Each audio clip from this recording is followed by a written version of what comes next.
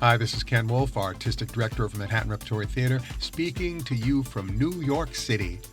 And this is the Playwriting Podcast.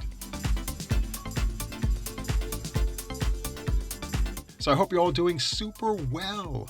This is our 450th episode, and I'm going to put some of my favorite clips from 8 years of this Playwriting Podcast. I cannot thank you enough.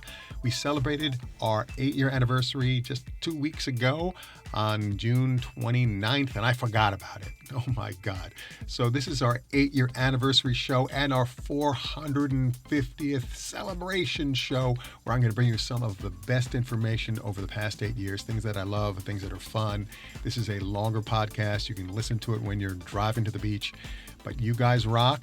And I am still having my summer sale. I've extended it because I want you to participate in this sale. I've put some more items up there. There are incredible discounts. I would love to work with you to help you bring your plays to the next level and have some fun. But anyway, let's get to the podcast. Here we go. The best of 8 years of the Playwriting Podcast. Well, maybe not the best of, but some of the things I really love. Now, this first clip is about my favorite thing to talk about. No.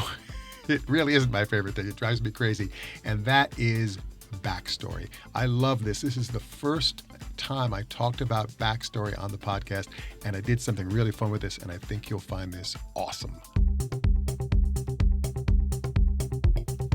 Hi, this is Ken Wolf, Artistic Director of Manhattan Repertory Theater in New York City, and welcome to the Playwriting Podcast. Today's story topic: best practices for backstory.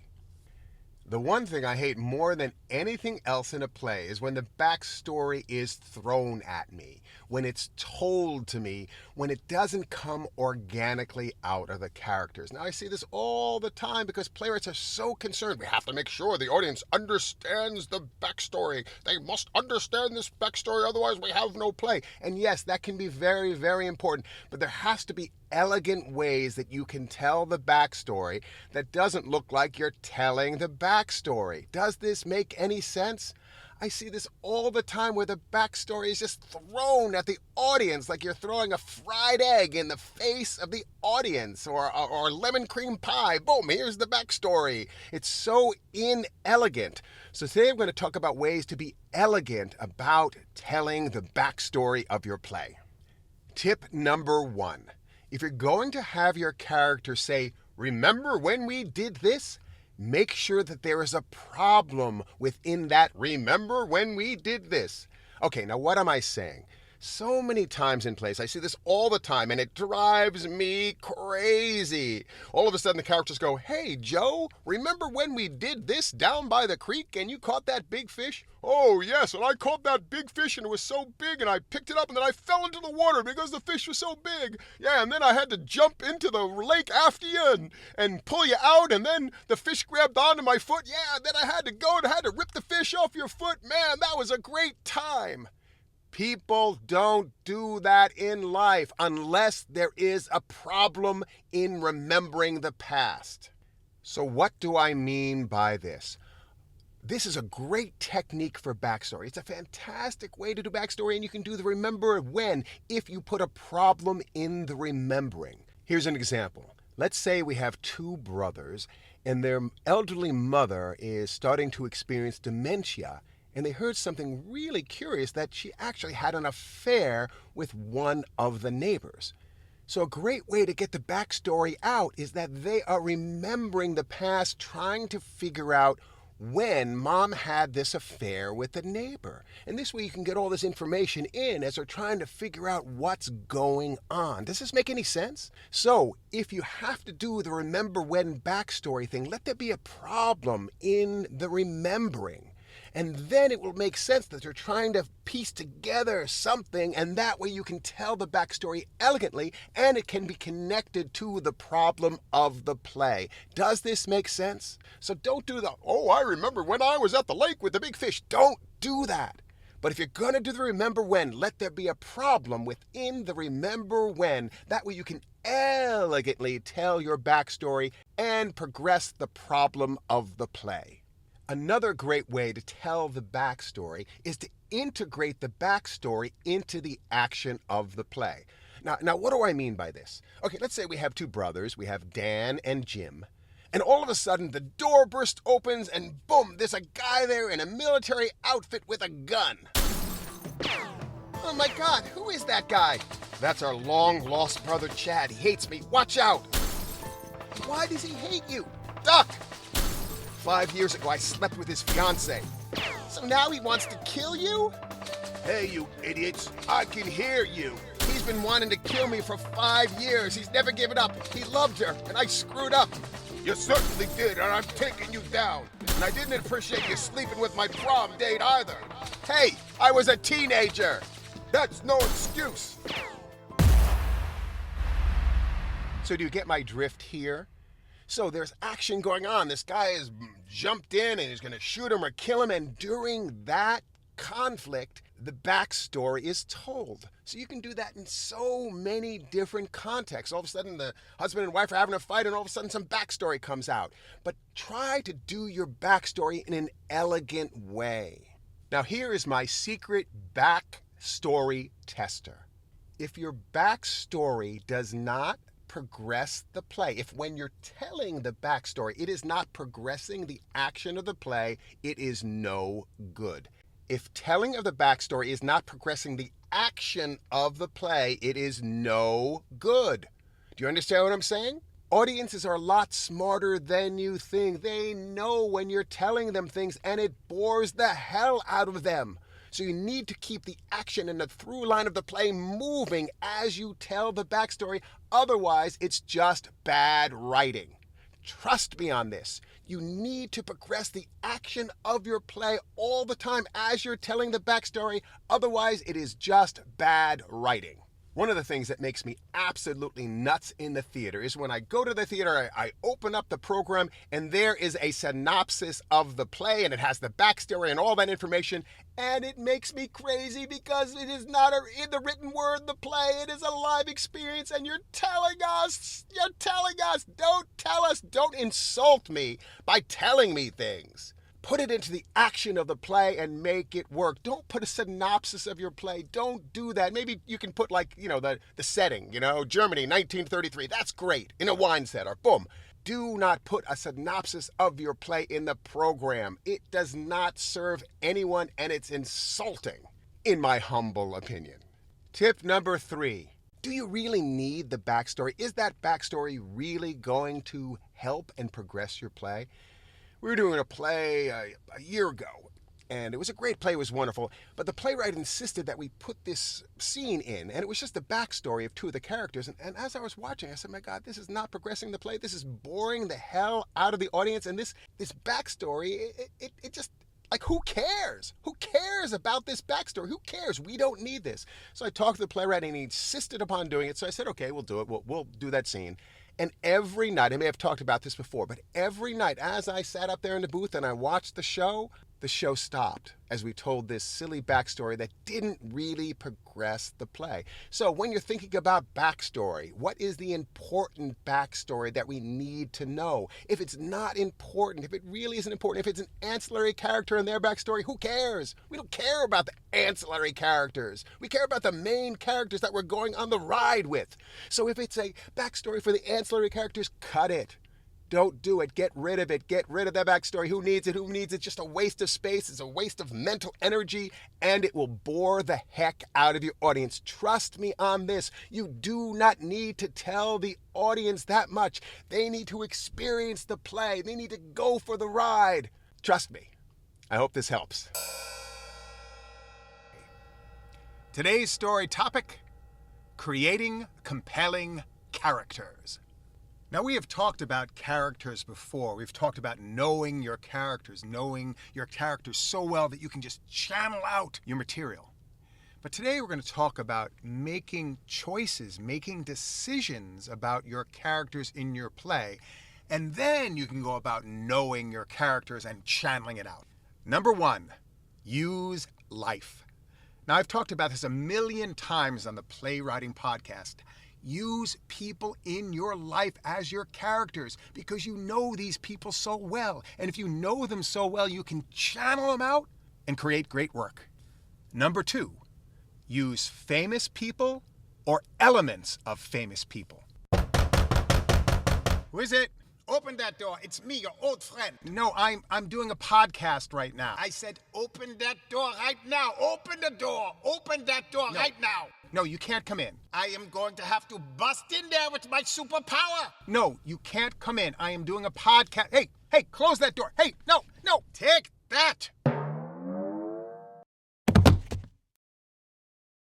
Now, what the heck are you doing with this podcast? What the heck do you know about anything you think is so special, Mr. Wolf, artistic director of Manhattan Repertory Theater? You know nothing. Everything is so super fantastic and amazing. You know nothing. I am going to tell, this is your old friend, Professor Albert, and I'm here to take over the podcast so I can teach all you people out there the truth about good characters. All right, let's go. Number 2, use elements of famous people or use famous people. As all you know, I am a very famous motivational music singer and I'm all over the internet. I'm very, very famous. Well, when Ken wrote his play Professor Albert's Lessons of Love, he modeled it after me. And my God, it was so successful and fun. Oh my God, he actually thought he was using Albert Einstein, but no, he was using me. Oh my God. Oh. Anyway, use famous people maybe, and maybe take elements of different things and put them together and you can create something very, very interesting and maybe very funny, we hope. Oh, my head. Albert, what are you doing? I am doing this very wonderful podcast and I'm so sick and tired of super fantastic, amazing, like you're the most perfect playwright director in the whole world. Albert, please, get away from the microphone. Here. Let me just get up, and maybe we can do this together. No, put down that frying pan. No! Sorry about that. So anyway, 2, use famous people or elements of famous people when you're creating characters. Also, what you can do, you can actually take famous people and kind of change their names and put them in the same room in a different time. We just had a play come in for our play production program where the writer took 2 famous characters from the 1940s and he put them in a jail cell together, and they were never together their entire lives. And it's a fascinating and wonderful play that we're putting up in January. I'm very excited about it. But he said, well, let me take these 2 characters I love, put them in the same room, and create a dramatic context around that. Fantastic. Number 3, if you make up your characters, be very, very specific. Now, again, I have talked about this before on the Playwriting Podcast. If you're making up the characters out of your imagination, you need to be very, very specific about their values, their beliefs, how they run their day, how they communicate, the pattern of their speech, what they eat for breakfast. You need to get so specific about these characters so that you know them intimately. So when you get down to writing your play, it will just channel out and create great work. But you have to do the work in advance. You need to get specific about these made-up characters. Oh my God, my head hurts. It feels like I got hit by a frying pan. Albert, stay where you are, okay? I can't have you take over this podcast anymore. Then why don't we co-host and then we can have the little babble back and forth that everybody loves between the 2 co-hosts? Albert, please, come on. I'm trying to get this information out to my peeps. But I am here and I'm so famous. Please, please, please, please. All right, Albert. Okay, yes. Okay, we will co-host this podcast, but just this podcast. Oh, very good. I'm so happy. Let's go. Number 4, use opposites. Curses foiled again. As you create your cast of characters, make them different. And even better, make them polar opposites, so crazy different. Sort of like opposites between me and Mr. Wolf over there, the most amazing playwright on earth. Albert, can you be nice? Okay, so anyway, use opposites. Create foils, characters that are so different from one another. And that will actually make your characters more distinct because another character will be totally different from them. And also, it will make your dialogue pop. Number 5, create interesting conflict between your characters. Like what I am doing with Mr. Wolf, the greatest playwright director with the most amazing theater in New York City. Albert, please. Oh Albert, my please. God, Stop. oh my- Albert, please. Oh my God. The 6th principle of creating compelling characters is to cast great actors. Now, I know you think I'm crazy because you're a writer and you have to write it all down, but the reality is you can have a great character on paper, but when you get a great actor with great material, your characters will explode. They will soar. And they will also take characters that aren't great and they will make them amazing. An example, I talked last time about Danny McWilliams, who's one of my favorite actors. He's so gifted. He actually was in our Civil War play, and he played just an attorney. Just a little part. He came and he read the will. Basically, that's what he did. But he had such an amazing subtext that he just hated these people and that he just wanted to go. And it just was a brilliant portrayal of this person who was so proper and doing all the right things, but underneath it all, you could tell that he hated them and that he just wanted to get the heck out of there. And he made something that would have been boring into something interesting and creative. It just was a fantastic thing we did. And it was because of him. It wasn't in the writing. He took it, made some choices, and made this brilliant little character of this attorney reading the will. It was just fantastic. So when you go about bringing your play to life, even if it's just in your living room, find great actors to work with. They will discover things in your material, and they will make your characters even more amazing. Oh my God, my head hurts. I feel like I got hit by a Teflon frying pan. Albert, are you going to behave yourself? Of course I'm going to behave myself. Oh, I need an aspirin or 5. Well, I need you to be quiet as I do the last principle, okay? All right. As long as you let me participate. I just said I need you to be quiet. You're in the same room with the world's greatest motivational music superstar, and you don't want to put me on your podcast about it? You're crazy? Okay, you can help me do the last principle. Very good.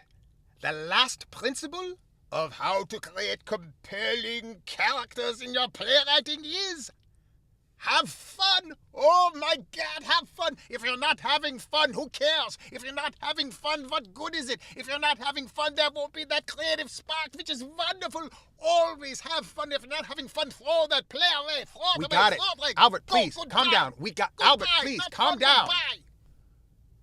Oh, I'm so sorry, but as you know, I'm very passionate about playwriting like somebody else I know who thinks that he is the very best playwright in the world and has the best... Albert, be quiet. So this is your old friend, Professor Albert, and I want to thank you for being on the Playwriting Podcast. Remember these 7 compelling principles of creating a compelling character, and you will write the most amazing play, and you will make the most amazing play ever in the whole world.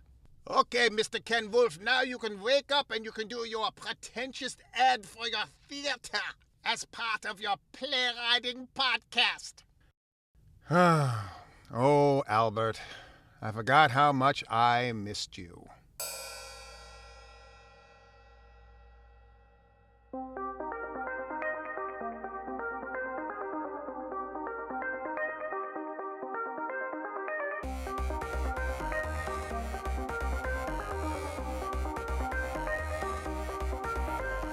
Hi, this is Ken Wolf from Manhattan Repertory Theater in New York City, and this is the Playwriting Podcast. Today's story topic, Tales from the Play Development Trenches. So we can be clear on what play development is, in my humble opinion. Play development is when you bring a play to life, because that is where you learn about your play. The most important thing for me as a director is to make sure that I am creating an emotional experience. I've talked about this a million times, and I will continue to talk about it till the end of time. A play is an emotional experience. If not, write a novel. Okay, a play is an emotional experience where something happens on stage where the audience goes for the ride, whatever that ride might be. But you have to consciously think about creating an emotional experience. So that is what I do when I direct. We bring it to life, and I make sure that we are creating this magical, alive event. And in the process of creating a live, magical event, there are speed bumps and things you come up against that you have to overcome or discover. Discover is a magic word for me, because so much for me as a director when I'm doing play development is to discover what the play is all about. Because I may have an idea in my head, but it may not be what the play is really about. And that is what happens in rehearsal. Example. We were producing Charlie Feinsilver's amazing play called The Living Room, and it was a Civil War play, and it was fantastic because we had full Civil War costumes, and we had a beautiful set, and we were doing this Civil War thing. So when we went into rehearsal, the first thing that was really important was I said, guys, we have to get this dialect down, because it was Alabama in 1862. So we got to get this dialect down. So I got some tapes and we did some rehearsals just working on the dialect. And I said, guys, just because you're working on this, I'm going to do the same thing. So as I direct this show, I'm gonna learn that their Alabama accent there, and I'll be directing the show with that their Alabama accent. Now that's not very good now because it's been a couple years, but that was the plan, that I would direct the play with the Alabama accent. So as we started to direct a play about a week later, I said, guys, I can't do this. It's way too slow. I can't direct this play. You're going to have to just deal with me being totally insane, okay? Is that all right? Good. So we worked on the dialect for the play because it's so important. We had to be specific about the time and the place and all those other things. And we worked on the manners of the time because we were going to be having these beautiful Civil War costumes. And as we were working on the play, and it was all going very well, but as I was watching it, I was realizing that it wasn't an emotional experience. There was some distinction that we weren't making. And it was about 10 days before opening, and I was watching the rehearsal, and it just didn't have that edge that I thought it needed to, because we were working on doing, these proper people in the past. And then it hit me in rehearsal. And I said, guys, stop. Okay, I want you to think about this, because I think this is what this play is all about. This is about a family like the Kardashians, only it's 1862. And they got it. One brother was an alcoholic. He was a mess. He was a total mess. His older brother, who was in the Confederate Army, he hated his younger brother because he didn't join the Army because he was such an alcoholic. This took place on a plantation, and the owner of the plantation just recently died, and his wife was just a big mess. It seemed as if the town prostitute was having an affair with her husband before he died, so she was absolutely out of her mind when this was revealed. She was crazy out of her mind. So as we looked at this, I said, guys, these people are a big train wreck. We have to go with it. We're not going to make fun of it, but people are people. Whether they're in 1862 or whatever, people are people. Yes, there's certain, customs and things we have to do and dialects, and we have to create that world. But these people are a train wreck, and we need to go for it. So we did. We amped it up. We made these people real. We make their problems really, really big. And we had so much fun doing this show.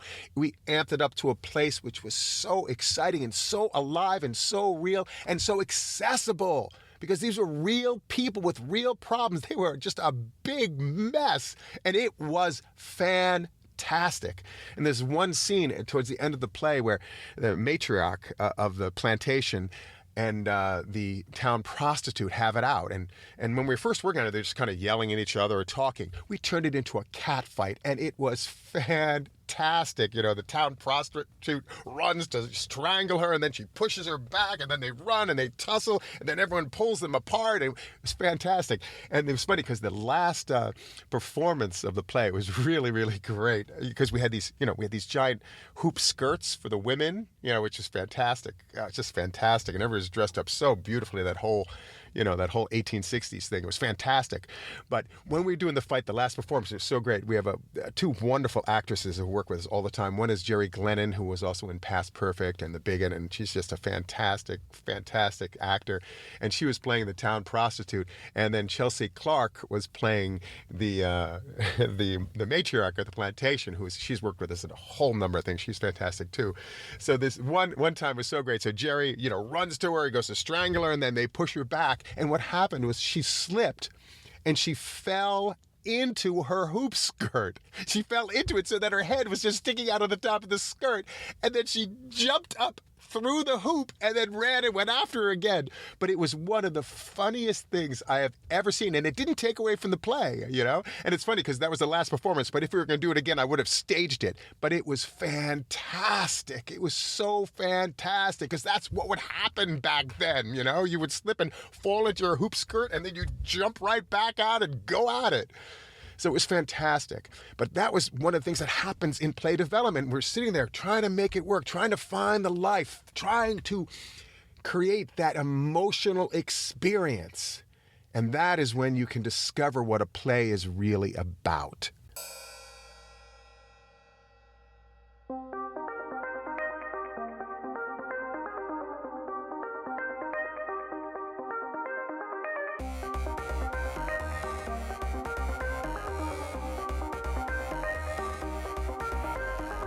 Today's story topic, how to write a murder mystery. So this past weekend, I was doing a script consultation, and it was just a beautiful, beautiful mystery. It wasn't a murder mystery, but it was a mystery, and it intrigued me, and I got to thinking about the murder mystery. Right? We don't see many of them very often, or at least recently, but I think they're fantastic, and I've always wanted to write one, but I never knew the process. So I started to get obsessed about this, and here's what I came up with. Okay, first off, you need to decide on who the characters are, the setting, all those things you do in your average play. The problem that needs to be solved is pretty clear because there needs to be a murder fairly early on. Again, I like it for a murder mystery, I like it within the first 4 minutes. That's kind of fun. If you can do that, that's great. Sometimes maybe not because you have to set up the context and the world first so that the audience can understand all. And then what you need to do is you need to jump to the end of the play with the reveal as to who the character is who murdered X, Y, and Z. And then you need to work backwards. And then ask yourself this question. How is this story reveal truth obscured? Let me say that again. How is this story reveal the truth of who killed bum, bum, bum, bum, bum, bum, bum, bum? How is the truth obscured? And here are a few of the ways that you can obscure the truth so that people won't get the truth. They won't get it because you're actually leading them in another direction or you're covering it up with stories, etc., etc., etc. The first one is you can obscure the truth by stories told by the character. Maybe a character is not whom they seem to be. Maybe a character has multiple personality disorder. Maybe a character is in reality a blood relative to the matriarch, a long-lost brother or sister. What is the secret story of the murderer or the murderers? And what are the secret stories of the other characters? Because often you can bring a character in and give them kind of a secret story and they can be a little incongruent and people will think that that person is the murderer. But you would have a great story behind them, which is not that they're the murderer. There's something else, and that can be revealed later on. But we can get drawn to them because they kind of, sort of, maybe seem like they could be the murderer. Oh, no! So how can you obscure the truth with stories? Another way you can obscure the truth is you can have a character have a memory loss or a blackout where he can't remember or she can't remember what happened, right? And so since something is lost, people can make up stories about him or her that happened and the character can be trying to figure out what the truth is, right? So that's another way you can obscure who the murderer is. If you give the character or the main character memory loss or blackout or some sort of mental problem that comes up, it could be PTSD or something really interesting where they can't really discern what happened or who done it. Maybe they even saw who done it, but they can't remember, which is really, really fun. So that's another way that you can obscure the reveal, the truth of who the murderer is. Another way to do this is to use the place, the setting, and let there be stories connected to the setting. Let's say it's an old medieval castle, and, and 400 years ago, the matriarch was killed by being pushed off the roof and falling down into the moat to his doom, right? So there can be a whole history there, and maybe there's a ghost there. And maybe that ghost is coming back because tonight is the 400th anniversary of the death of the man who fell into the moat, or whatever. But you can set up a story, right, that makes you think it's a ghost, or it could be, somebody in the past. There was somebody who was an axe murderer in the family, and then his son became an axe murderer, right? So you're setting up a lineage of axe murderers, right? And that also can be concealing the truth of who the person is, because you have this whole other mythology, and that may lead to somebody else you think it is, and they can have a story that gives them validity as not being the axe murderer, and then we can see who the real murderer is, right? So you see the tangled web I'm trying to help you weave? And it's, in this context, it's through the stories of the place and how you can use that history and that magic around the setting or around what happened there sometime that will obscure the real truth of the murderer. Another way that you can obscure the truth of the murderer is to use your storytelling skills when you create your characters, and set up characters who might be a little incongruent in their actions and might be a little funky and might be a little strange, and you may have them lie and do interesting things. And remember, they might be lying for a good reason, but as the audience will see that and say, oh my God, there's something wrong there. Something's up with that person. Maybe that person is the murderer. So a great thing you could do in your storytelling is set up all the characters to have another story or a secret story where they're doing something which seems incongruent. So we question whether they're truthful and who they really are, et cetera, et cetera, et cetera. So that's really, really fun when you set up all your characters to have maybe their own little secret stories in the midst of this crazy world where somebody was murdered. And then the really fun thing you can do, which is really great, is to create an extremely likable and congruent character who we all think is the hero of the play. Make this character attractive, filled with integrity, and make this character so likable and real. And the fun thing you can do with that is often people think, well, that person is so real and nice and good, so that person must be the murderer. So you can mess with that, right? You can actually have the main character who goes for the ride, who is really the hero of the piece. And if you make that person so good and so, such a good character we all love, sometimes people go, my God, that must be the murderer. And sometimes you can make that person the murderer, right?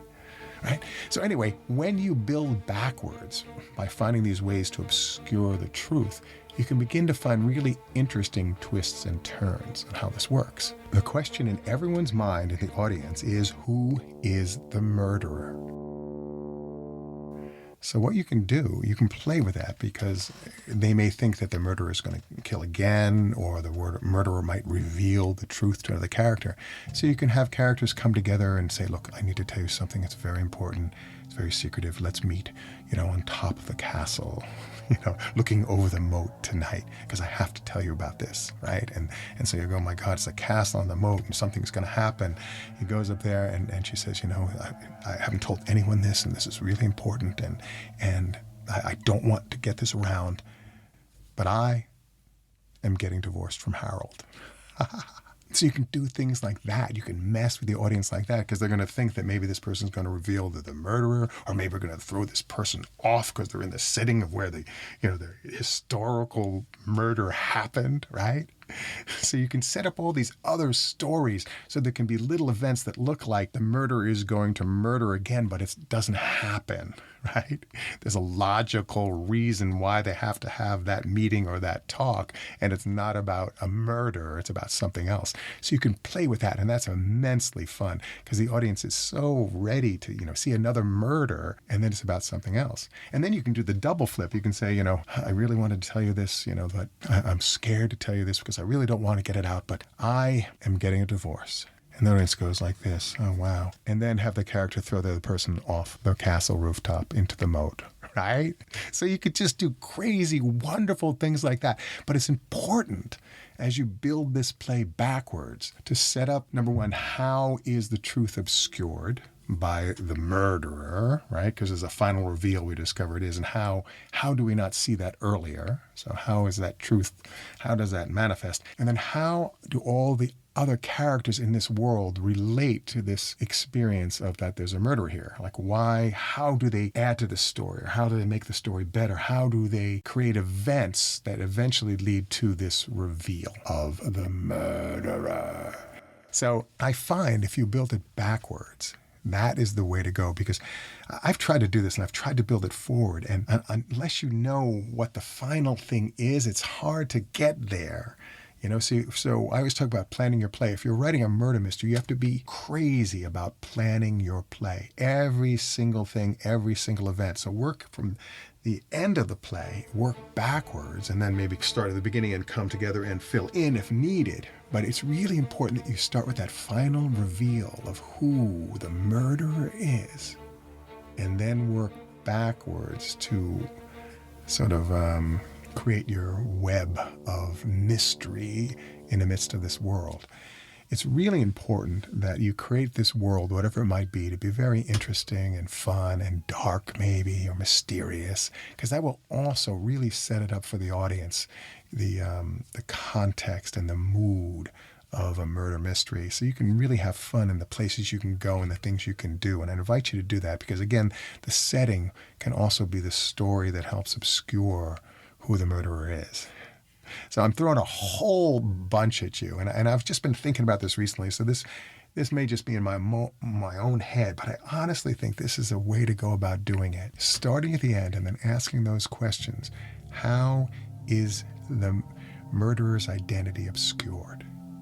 Is it with stories that the characters say or that character says? Is it obscured with loss of memory or blackout where something's not remembered or something can't be found? It can also be, a childhood story too, where there's an element in the person's childhood that happened and they can't remember it. If they remembered it, then they may know who the murderer is, X, Y, and Z. And then there's the history of the place and the setting. Like what was the dark thing that happened, 500 years ago that changed the course of English history? I have no idea. And then you can use this storytelling of you, the playwright, set it up so each character might vaguely look like the murderer in some way because they're incongruent, but that's just about another story. But as the audience will go, oh my God, that person's being weird, that person must be the murderer, and then we find out it's something else, and you can do that twice or 3 times. You can really play with it if you're really congruent about the stories, but that's really fun. So the audience will start to look at this person to be the murderer and then that person, and you can play with it and come back and forth, but it's that storytelling of the characters, how they're just a little bit incongruent. Going back to the importance of liking a character, right? Who's really well liked, and people all love him, and they think, that's the hero of the play, and then they can flip, and they can actually not be the protagonist, they can be the antagonist, and then maybe they could flip again and just have fun. But likability is also something you can play with, right? Because if the character is really likable, maybe we don't think that they can be a murderer.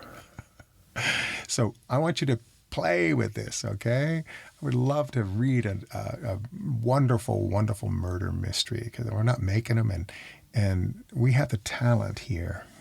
We definitely do on this earth to put together just a beautiful, fun, delicious murder mystery. So I invite you, if you like murder mysteries, to give it a whirl. I hope this helps. Hello, this is guest host Professor Albert coming at you from Manhattan Repertory Theater in New York City, and this is the Playwriting Podcast. Hello and welcome. This is Professor Albert, your old pal. I am being the guest host today because I am the most wonderful and exciting person on this planet, and I know how much you love me. Thank you for all your very kind and wonderful fan mail. I am back. I am the guest host today, and we are doing one of our workflow episodes. We're doing workflow with the artistic director of Manhattan Repertory Theater, Ken Wolf, the most narcissistic playwright on the face of this planet. As you all know, everything he says is super fantastic, amazing, fantastic. It was amazing, amazing. Everything's amazing. He knows like 2 adjectives. How can he be such a good playwright? But anyway, we are going to do this workflow interview because I interviewed him an hour ago, and we are going to go through the process of this workflow to discover how Mr. Wolf creates his plays and what is his creative process. So here we go. Hello, this is Professor Albert, and I am here with Ken Wolf, the most narcissistic and self-important playwright on the face of this planet, and we are going to do a workflow interview. Mr. Wolf is the artistic director of Manhattan Repertory Theater in New York City. It was opened in 2005. That was 12 and a half years ago. And since then, Manhattan Repertory Theater has produced over 1,000 full-length plays and more than 3,500 short pieces. Oh, my God, that's a lot of theater this gentleman puts up in this crazy place there in Manhattan. But anyway, Mr. Wolf is the author of 20 plays, and he's also an actor, and he has all these wonderful things, and you could check out his bio and all his things on his brand new website, kenwolf.com, because I am too tired, and I don't want to talk about him. This bio is the longest bio I've ever seen in the history of bios. But anyway, I would like to introduce Ken Wolf, artistic director and playwright from Manhattan Repertory Theater. Welcome, Ken. How are you today? I'm fine, Albert, and nice to see you. Thank you for inviting me on this workflow episode. I'm super excited to be here. Well, my first question is this. Before we get into the creative process and all that kind of thing, tell me your origin story, like the superhero origin story. What is your origin story? How did you start playwriting? Well, basically it all began, I was an actor in my 20s. And one of the things that was always a concern to me is that I always wanted to do work, and you always, you're looking for work and that, and sometimes you don't have work. So I was always about trying to create projects. So I had a poetry show, I had a Shakespeare show that I did. And then for my 30th birthday, I wrote my first play, and it was a play called The Actor Chronicles. And it was about a Shakespearean actor who was in all these Shakespearean shows, and all these kind of crazy things happened. Like, for instance, he was in Romeo and Juliet, and he was playing Romeo, and he was in love with Juliet, but Juliet didn't love him. And so the play was a series of backstage monologues, but these monologues were done in verse, like Shakespearean verse. So it was a really wonderful concept for a show, and it turned out really, really wonderful. I was super happy about it. My father actually had the opportunity to come to see the show, and my father worked for a napkin company in Connecticut. And he came to the show and he said, "Ken, boy, I would really like to write a play with you." I was flabbergasted. I mean, my God, my father wanted to write a play with me. This is incredible. So we met each Sunday for about 3 months in a Chinese restaurant in Harrison, New York, and we sat down and talked, and we started to plot out a play. We started to write a play about a father and a son, and it was a fascinating and wonderful experience. And then after about 3 months, my father died of a heart attack. And I was freaked out. I love the man so much. He was such a fantastic, fantastic support in my life. We had started to write this play, and I didn't know what to do, so I decided that I would finish the play. And I wrote a play called My Father, My Son, and it was about a father and a son, a playwright who was very much like me, who met in a Chinese restaurant once a week to write a play about a father and a son. It basically told the story that had had really happened with me. So we ended up producing it up in Westchester, and it was a huge, amazing success. It was a little weird because I acted in it, and I had to cast an actor to play my father. And it totally freaked out my family because within 6 months of my father's death, I literally brought my father back to life on stage. And it was wild for me. But the cool thing about it was I learned so much more about my father when I was in rehearsal for My Father, My Son, because the director would say to the actor playing my father, would say, now, why do you think he would say this to his son? And then the actor would say, well, I think he's saying this because he's so afraid to tell his son that he loves him, so he's trying to avoid that. And then I would get up and I would just leave the room and I'd start to cry. It was fantastic. So I wrote this play, My Father, My Son, with my dad. And then, after doing it in Westchester, I took his inheritance and we brought it to New York City. We did an off-Broadway mini contract at the South Street Theater, which is on Theater Row, which is now a Theater Row diner, because they redid Theater Row. But it was a wonderful, wonderful theater there, and we did a off-Broadway mini contract for 4 weeks, and it was just a fantastic and wonderful, wonderful experience. And that's when I was really hooked on playwriting, when I did this show about my dad, and I just got hooked. So I started to write plays, and I performed in some of them, and I directed many of them, and I kind of became obsessed with writing plays and self-producing my plays. I worked at the Producers Club in many places around the city. And then we had the opportunity, somebody had a very small space in a very weird building on 42nd Street, and they offered this space to me if I'd be interested in taking it over. And it was a big mess. It was a terrible, ugly, dirty, disgusting space. We were thinking of calling the space the Dirtbag Theater because it was such a mess. But we decided to take the space. We went in there. We cleaned it up. We ripped things down. We pulled rugs off the windows. I can't tell you what went down. And we turned it into a beautiful little space on West 42nd Street. And we started to do my work there. And then we started to do theater festivals there and short play events, and it just spiraled, and I did my work, and it was just a fantastic thing when we first started opening Manhattan Rep, because all of a sudden I could produce my work and I could help other people produce their work, and it's been a wild and amazing ride. Me and my partner Jen, we just went for it, and it's almost 13 years now, and we're still having a great time. A year and a half ago, we built out a new theater on West 45th Street, which is absolutely gorgeous and so different than what we had over on 42nd Street, because it's all clean and new and gorgeous and nice, and we have plugs for all the millions of phones that people need in the dressing rooms and all these other things which I knew we needed when we were building out a new theater. But so that basically is my origin story. Very good. Thank you, Mr. Wolf. Well, now that you've talked too much and said all these things to make yourself look very cool, let's get down to the process of your workflow. Question number 1. How do you find your ideas for your plays? That's a very interesting question. Usually the ideas for my plays find me because I write just from life. So if I'm having a problem in life, often it will manifest into a play.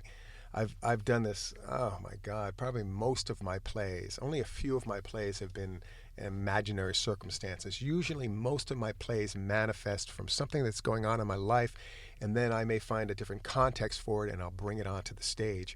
And it's this weird sort of therapy thing, I guess, because when you have a problem in life and then you take it out of life and you put it on stage, you're able to look at it and you're also disassociated from it. So often my biggest challenge is I've dealt with them emotionally by writing a play. I know it sounds crazy, but the cool thing about writing a play when it's based on truth more or less is that you're passionate about it. You know the characters and all this thing that I talk about it in playwright mentoring.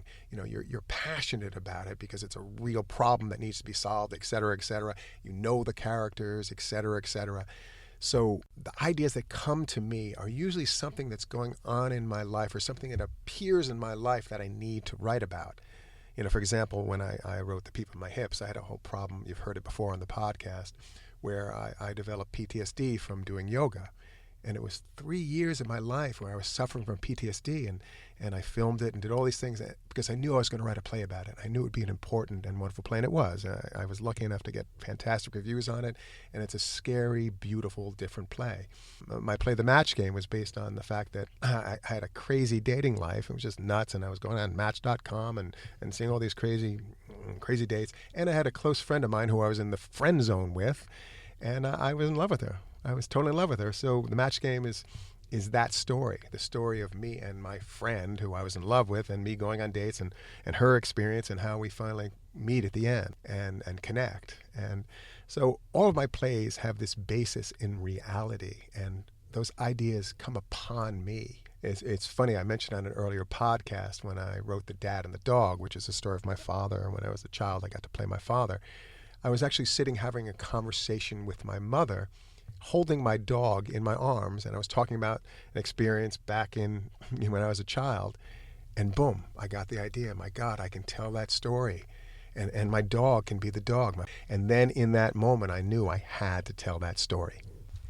Thank you for being so very verbose and talking so much. Could you be a little more concise in your answers so you don't put your audience to sleep, Mr. Wolf? Very good. My second question is this. Once you get the idea for your play, what happens next? Usually I kind of sit with an idea for a while, and in my head I sort of plot it out or get a sense of it, but I just kind of sit with it, and I kind of think about it. Sometimes I will jot down ideas, and then when I kind of get a feeling sense of the play, I will write out a plot from beginning to end, more or less. I'll get kind of a through line, beginning, middle, and end. So I'll know where the play is going. I'll know where it begins. I know what some of the scenes are in the middle, and I know where it ends. And then when I kind of have that, a little voice will go in my head and say, okay, now it's time to write. And it's weird because it'll happen at weird, random times. I'll go, time to write. And then I will start channeling out the work. What I do is I write, as I talk about on this podcast. I write. I don't edit. I write. And then I usually go to sleep, and I'll get up in the morning, I'll look at it, and then I will edit the work that I did.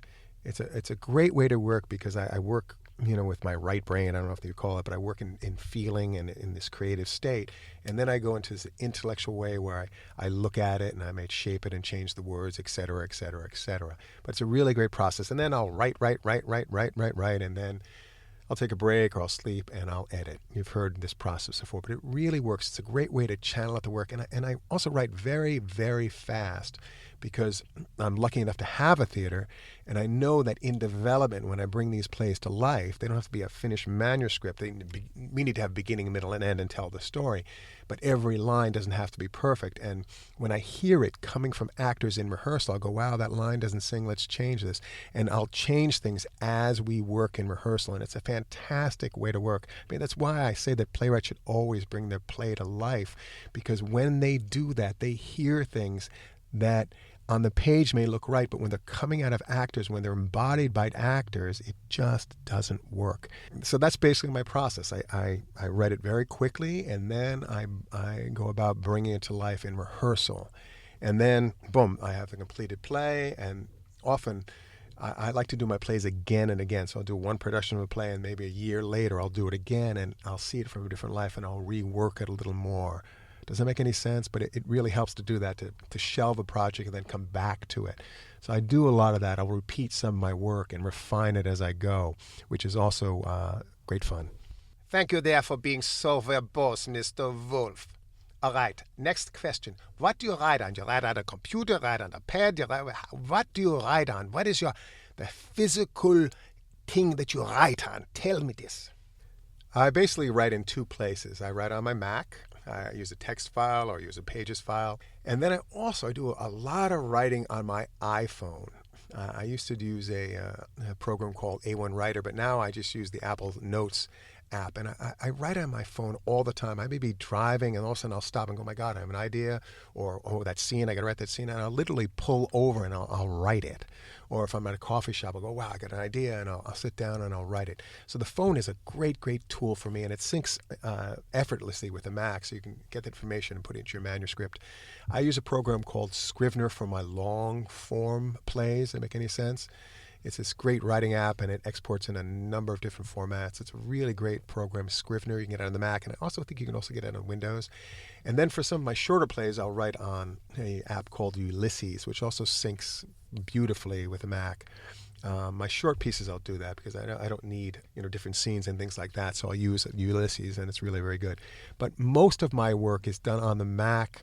Really, my editing is done on the Mac. But a lot of my work, my channeling out work, is done on my phone because it happens in odd places. So I just get an impulse to write. It's time to write that scene. Time to do this.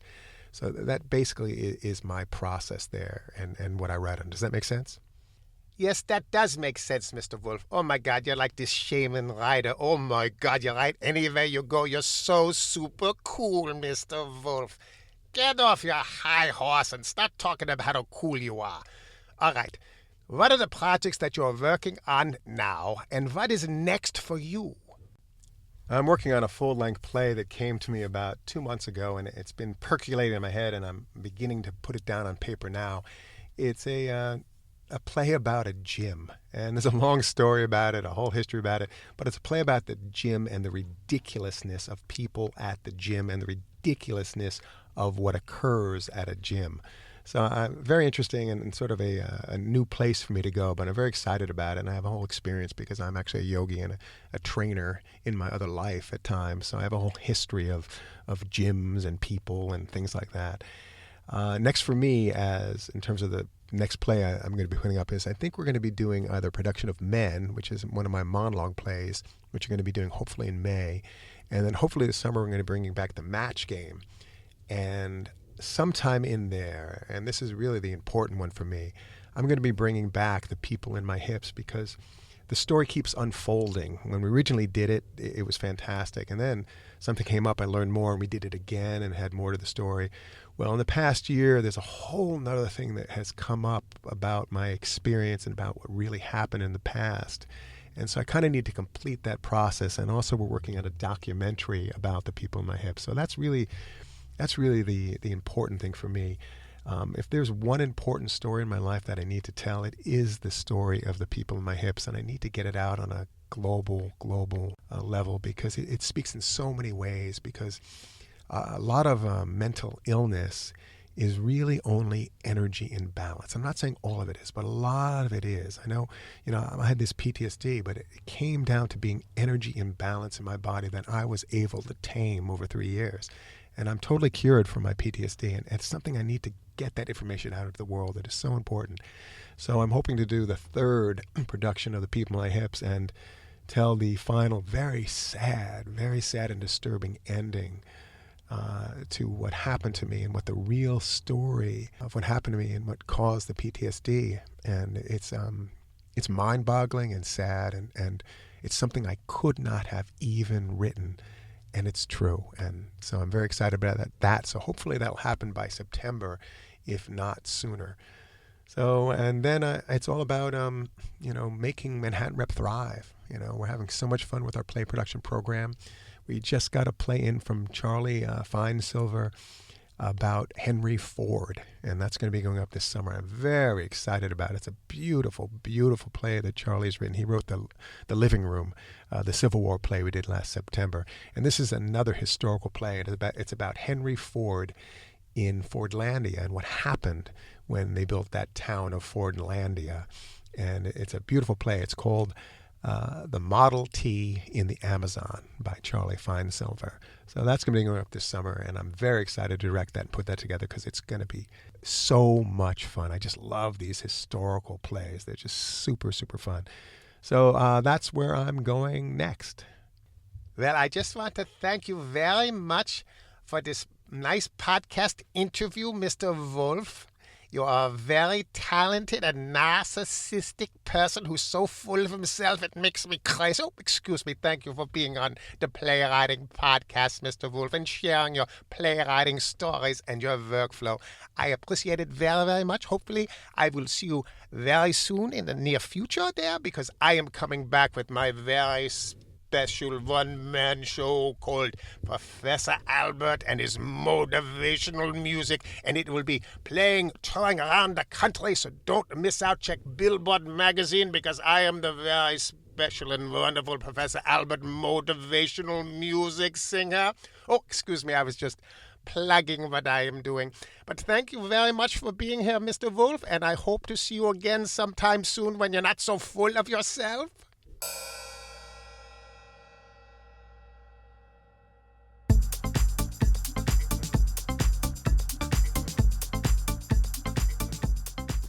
Today's story topic, where is your wow moment?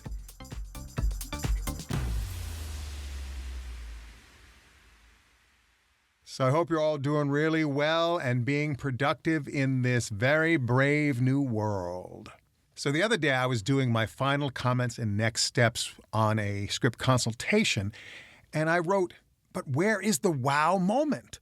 And I thought about it. I never used that term before on the Playwriting Podcast, but it's really, really important in a play. You need to have wow moments in your play where the audience goes, wow, holy mackerel, what just happened? And there needs to be at least one super amazing wow moment in every single play that you write. And I like to have a lot of wow moments, if you can, in the play so the audience is continually going, wow, that's amazing. A wow moment is when something unexpected happens on stage. It's when you go, oh my God, that's amazing, because you can't believe what you're seeing. And if you think about your favorite plays that you have seen in performance, you will remember that there were many wow moments. That's why you love the play. So when you are concocting your play and putting together your event map and working out all the dramatic action and all those things, I pray you do. I pray you do. So when you're doing that, think about it. How can you have things build up, have some exciting, crazy, wild, and wonderful things happen? Boom! Suddenly, so the audience goes, oh my God, that's amazing! Your job as a playwright is to write the most amazing plays that have ever existed in the history of playwriting. I mean that. You need to be clever and write really fun things into your play, things that happen, so that the audience goes, oh my God, that's amazing. Yes, that's what you need to do. And if you're not doing that, I say, why not? Why aren't you creating the most amazing moments possible? As a playwright, you are a magician. You can do whatever you want. You can create a world and a universe and a plot line and X, Y, and Z. You can do so many amazing things if you choose to do it. So when are you going to start writing some wow moments into your plays? Do you have any wow moments in your plays? If you don't, say, why not? As a director, I'm always looking to create some wow moments. When I directed Past Perfect, the lesbian love story that I've talked about a lot, there is a 90-second kiss, and we made that 90-second kiss, well, it really was only a kiss in the script, but we made it a 90-second kiss, and it was so passionate and fun, and the audience was wowed because it was real and insanely passionate. Another one of my favorite wow moments from my play production history was in my play Conversations with Dog, when my dear, amazing friend, Anthony J. Robustello, who was on The Sopranos, a big, bald Italian gentleman, comes on dressed in a dog's costume in Conversation with Dog. And it was just an amazing moment because everybody knew him from the show. And it just was awesome because he was in a giant Dalmatian suit. And it was, wow, what the heck is going on here? Also, I remember one of my favorite wow moments, and that was from the play Art. And I saw a production back in 1998, I think it was, with Alan Alda, Victor Garber, and Alfred Molino. And it was amazing. But the play is about Victor Garber, who is a art connoisseur, and he buys a white painting, a painting that is entirely white, for $375,000. And this makes this gang of friends just go crazy, and it's really, really fun. But at the very end of the play, Alan Alda freaks out, and he takes a black magic marker, and he draws a skier going down a hill on the white canvas. And it is an incredible, amazing wow moment. So I want you to really start thinking about wow moments for your play. Often that can be at the climax, where all of a sudden, boom, everything changes, everything's unexpected, etc., etc., etc. But how can you create wow moments? A play is an emotional experience, and your job as a playwright is to create that emotional experience. And you do that with wow moments. You do that with live dramatic events happening on stage. You do that with allowing yourself to go crazy and to get clever and get wild and get insane and to do something exciting and new. That will be a wow moment. So here are my 3 tips to creating wow moments in your plays. Tip number 1, do the unexpected. Now, the way that you do the unexpected is to set up the context of the play and the energy of the play to look like one thing and then have it shift in a totally different direction. And you can do that when you're building your event map, is to plot it out so the audience will think it's one thing and all of a sudden, boom, it's another thing. They'll go, oh my God, wow, that is amazing. But the whole key to this is setting it up, setting the play up, the characters, etc., etc., etc., so that it seems like this is what the play is about. And then have it shift, boom, in a really cool, exciting, dramatic, and wild way. And don't just do it in a reveal. Oh my God, my father was married to 6 women. Don't do that. Reveals are terrible because they're talk. Have it happen in action, where all of a sudden the characters are fighting and something gets blurted out that nobody knew. And oh my God, that's insane. But let it happen in some big dramatic event. So I have a confession to make. I think I dislike reveals even more than bad backstory. Oh, let me rephrase that. I think I dislike bad reveals or mediocre reveals even more than I dislike bad backstory or backstory in general. So if you're going to do a reveal, let it be a big reveal and let it happen in action. So if you're going to do a reveal, let it be a big reveal and let it happen in the middle of a fight or in the middle of big action or something happening like insane, boom, boom, boom, boom, boom, boom, oh, a reveal, ah, ee, ah, ooh, ah. But not like, oh yeah, let me tell you, this is what happened to me. Oh, when I was 4 years old. No, that is not good theater. That's old, ancient, bad theater. Don't do that. Tip number 2, amp up the drama to a place that you don't believe is possible and then make it possible. As I've mentioned before, I've just rewritten a play, The Eyes of Love, which I've produced 5 times, and I've acted in it and directed it, et cetera, et cetera, et cetera. But I wanted to write it for this brave new world, and the play is all about stepping over the line. So I've made a huge choice towards the end of this play. It is so friggin' huge and insane and nutty and crazy. And I thought, no, I can't do this. But the more I thought about it, I said, yes, I have to do this. But it involved me changing things that I love. But it didn't matter because this is the thing I needed to do that people would go, oh my God, what the hell is happening here? Wow, that's amazing. So I invite you to take your work and amp it up even more and see where it can go, because sometimes you can go there. You can go to the most insane places and you can make it work and the audience will go, I've never seen anything like that. That's amazing. This podcast is sounding like a bad episode of Green Acres. Do you remember that show back in, I think, the 60s, early 70s, where they would just do one joke over and over and over and over again through the entire show, and it would get unfunny, and then it was done so many times, it was finally funny? Check it out if you can. It's Green Acres with Eddie Albert and Ava Gabor. It's quite interesting. So I will refrain from saying, that's amazing, for the rest of this podcast. Tip number 3, get more real and more specific in your playwriting. Sometimes you can write something that is so real and so specific and so incredible in its ability to be so specific that people will go, and that's what you want. You want them to say. So when you're working on your play, how can you be more specific about it so that people see things in an even more specific way depending on what the story idea is? But how can you dive in even deeper and tell an even more truthful and more specific story about what you're writing about? I know when I did my play, The People in My Hips, I was very, very specific. I told it as it happened. I was so crystal clear, and I was horrified and scared because I was being so truthful. But it was because I was so truthful and so specific about my PTSD experience that I got the most amazing reviews of my life. And it was because I chose to be specific and real and truthful to a T that the audience said, "Wow!"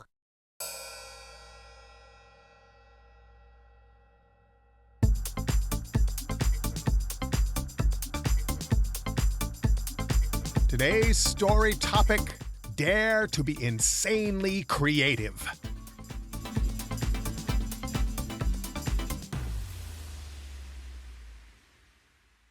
So I hope you're all doing very well and being very productive. Today, we're going to talk about how you should dare to be insanely creative. The big problem with making a big choice in your creativity is that people may think it is stupid, or it's weird, or it's strange.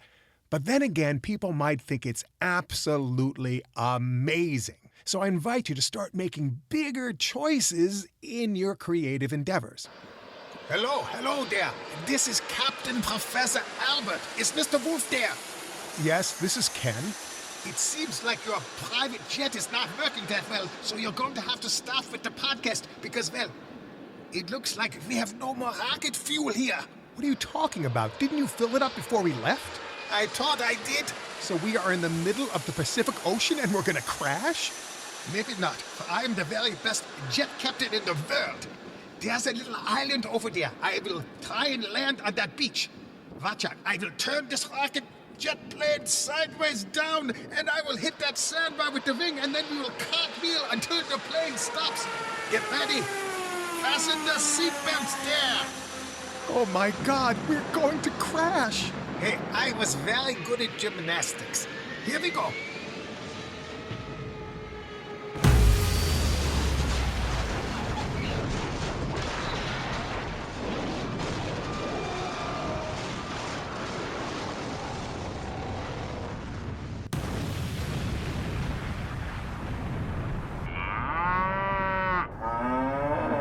Oh my God, we made it.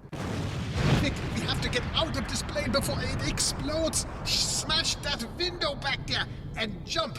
I will do the same from the cockpit.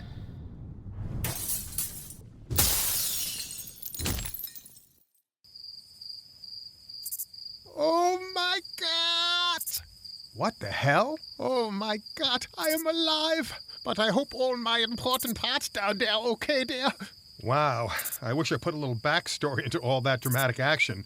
Would have slid right by. Oh my God, look at that big sign up ahead. What does it say? I can't read it. I am very old for such a sexy man. Oh my God, it reads Kong Island. This is the place of the giant apes.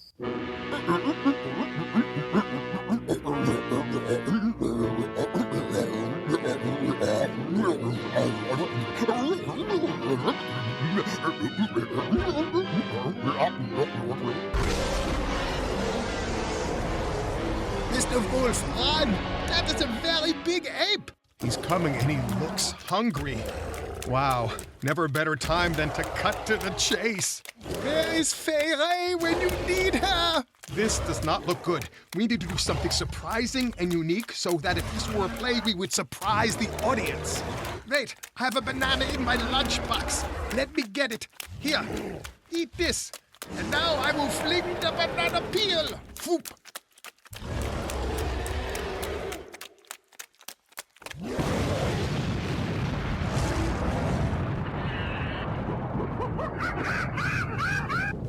Fantastic.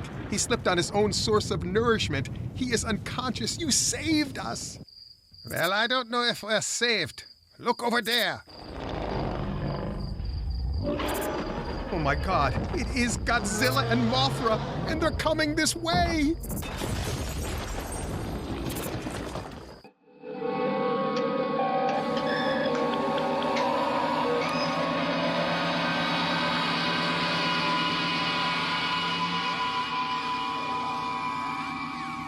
Oh my God, where are we? I think we've been teleported somewhere. Oh, my head. Oh, it hurts. But where did they teleport us? What is the context here so that the audience can understand? What the hell are you talking about? Hello, Earthling, playwright, an old German man with bad German accent. I have found you. So the context is we are on a spaceship. Earthling, playwright, can you teach me how to write a play? What? Teach him so he won't dissect us. Okay, so one of the most important things about a play is this. Albert, what are you doing? I am trying to break out of this spaceship. Keep talking. So in every scene, there must be action, things happening on stage. So there must be action and things happening. Yes, every scene must have at least one major event that propels the action of the play. Mr. Wolf, I opened the door and I have a parachute. Jump on my back and then I'm going to jump. Let's go. Okay. No, you will not go. Tell me more now. The scenes in a play must top themselves in some way, be more amped up or unique in some way. Distract him, for I just found this frying pan. Mr. Alien, honestly, we're kind of busy. Why don't we do this? In April, I'm teaching a new Mastery Academy online class starting April 15th for 3 sessions called Creating Dramatic Action. Do you have internet up here? Who doesn't? Hurry, Mr. Wolf. Great. So in that class, I'm going to illustrate and demonstrate and show the way to integrate clear action and events into your play so that things happen on stage. Check it out at ManhattanRep.com, Manhattan Rep's Mastery Academy classes. Got him right in his shiny green head. He is knocked out. Damn, I thought he was going to enroll. Don't worry, just hypnotize your podcasting people and they will show up like lemmings. I'm not hypnotizing anyone. Hey, it's gonna be a great class. Mr. Wolf, jump on my back. We have to go before this spaceship crashes. Here we go.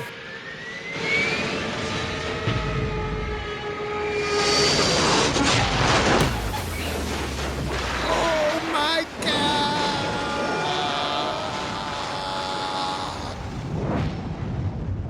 Oh my God, look down there. It is a time vortex, and we're going to fall into the time vortex or go somewhere in the time stream. Oh my God!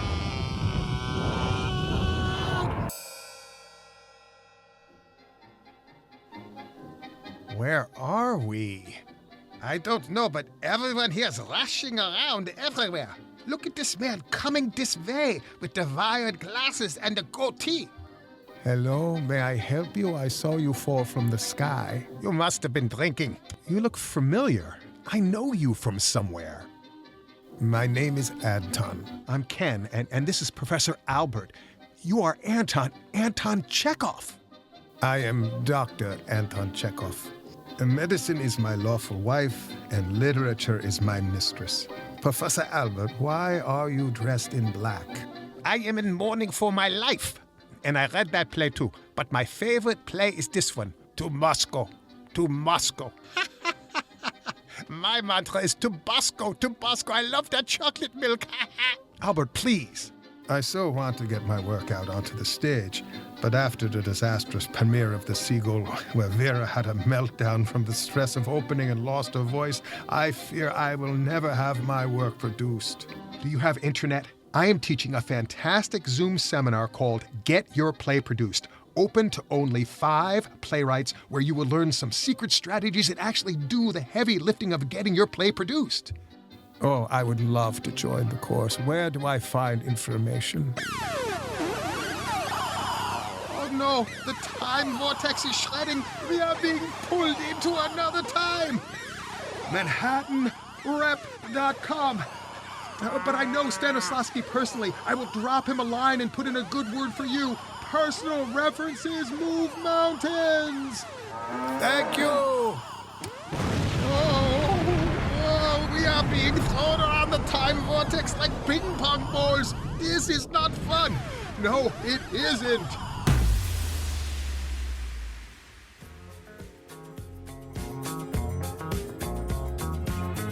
Albert, are you okay? Ouch, I think I landed on something strange. Now, if this were a play, we would have to top the previous scene and make this scene super cool. Thank God, this is just a silly podcast, for this cactus I landed on is not fun. And when we were in the time vortex, there was a problem. So, oh my God, look what happened to my body. I now have the body of John Travolta, and I can't stop disco dancing. Oh my God, there is Olivia Fig Newton-John.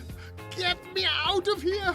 Oh, she is so annoying. She was like my first wife, and we met in Berlin in the late 80s and fell in love, but boy, did we have wild times like that time. If this were a play, I would cut this backstory, for who the hell cares?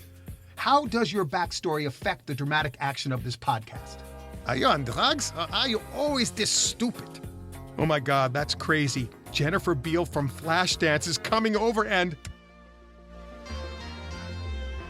Hello there, Jennifer. Hello there. I would love to dance with you. I've always been a big fan. Watch out, Albert. An alien being just popped out of her belly button and is gonna eat you. Run!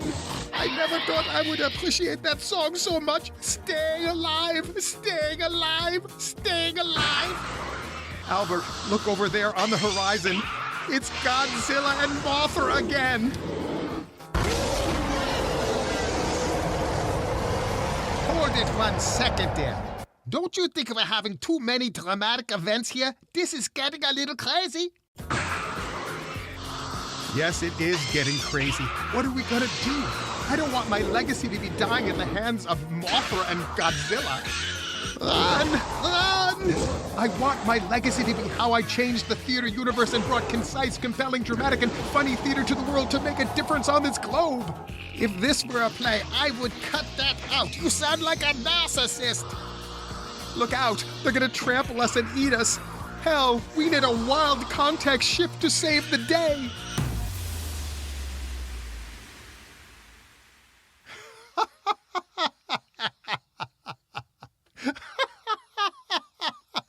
Oh, I am so glad you came over to my apartment. I've been going nuts with this kidney stone, except for the mood-altering experience of Flomax.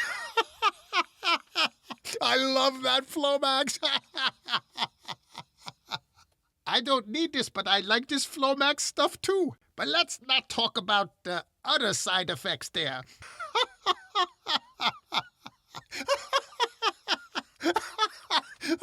Oh, I don't think I have ever laughed so hard. I'm so glad you told that story about the jet plane crashing, Kong Island, Anton Chekhov, and the aliens and Mothra and Godzilla. Man, you are so funny. I love it. Mr. Wolf, Mr. Wolf. Mr. Wolf, I have something to reveal to you. Oh no, a reveal like in a play. This better be good, otherwise I'm gonna cut it out. Reveals need to be totally happening from left field if they're gonna work. Nothing worse than a bad reveal. Nothing worse. Okay, here's my reveal. My reveal is this. I am really you.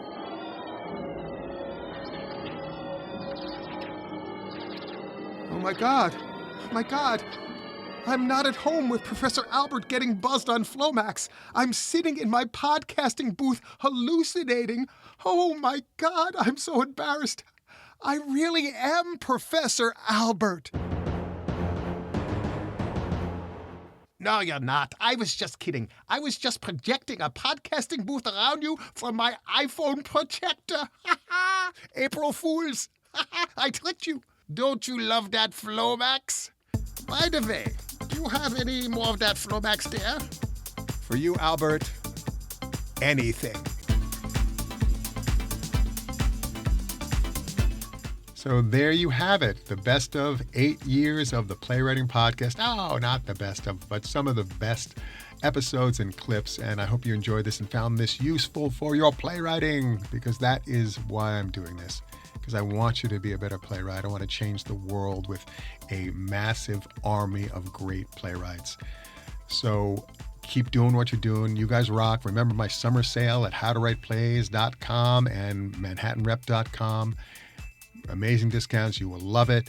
Keep doing what you're doing. Keep writing your plays. Have some fun this summer and get your work out into the world. Thank you, thank you, thank you so much for listening, and keep doing what you're doing. This is Ken Wolf, and this has been my 8-year anniversary podcast, and I'll see you next time.